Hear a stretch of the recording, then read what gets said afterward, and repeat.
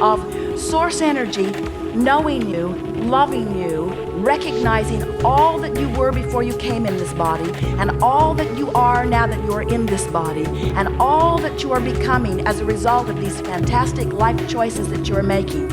And here you are, this magnificent being with all of the resources of source focused upon you, rooting for you, expecting for you. In fact, the reason that anyone could ever feel negative emotion is because you think thoughts about you that source energy never, ever, ever, ever thinks. We only bask in the glorious exaltation of your discovery of your fantastic power and ownership of this life experience. And so there we stand. Can you imagine anything, some old book, some old relic, some old philosophy? Can you imagine anything even coming close to the power of that, you see? And so the dissatisfaction that people feel is that they're running around looking in places where they can't possibly find something that's right there beckoning them every step of the way, and then comparing their results with other people. People say, but Abraham, it's true. It's written down somewhere. And the thing that we like most about this discussion that you are giving us and the book that was written, the thing that we like most about that is it's making people come to realize that there are things that are written down of all nature of things. Friends, everything that's written, as far as you are concerned, must be considered as fiction, because it's not about your real life, it's about something else, you see. Your real life is about this moment in time and the combining of the emotions within you, you see. And so we are so looking forward to the day that you say, I'm writing my own book, and I read that stuff for entertainment, or I read it for clarity points, or I read it for inspiration to launch rockets of desires.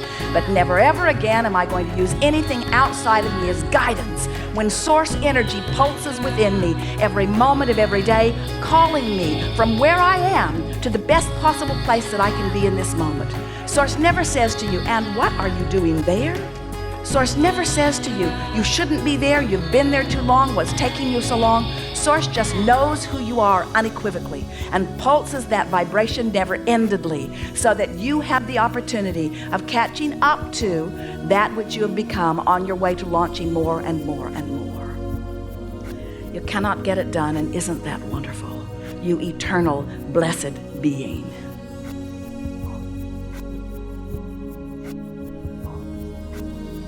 We all push the leading edge. We are all enjoying the ride. The leading edge is where all of the fun is.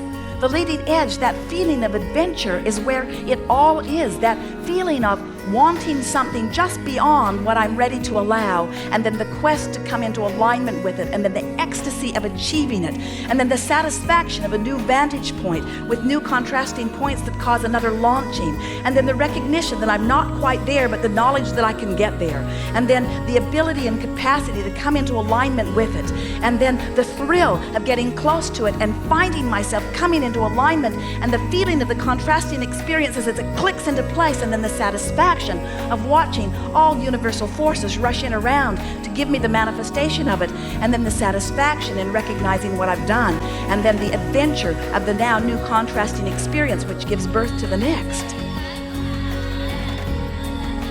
You don't stand here in this time-space reality to give birth to things because they need to be birthed. For heaven's sakes, did the world really need another song, or another painting, or another building? You don't build that stuff or paint that stuff or dream that stuff because there is a lack of it and it needs to be done. You do it for the thrill of it, because that's who you are. That's the quest. That's the eternal promise for all of us. We never get it done. We are eternal beings. It is the joy of life. That's what this contrasting universe promises, you see. And when you lose sight of the fact that there will always be something more, then we can see how you'd get fixated on really needing that and being so discouraged because you can't get that. But when you understand that when you get that, there'll be more, and when you get that, there'll be more, and when you get that, there'll be more, then you get into the rhythm of not being upset about anything ever that hasn't manifested just now. Instead, you begin to enjoy the ride.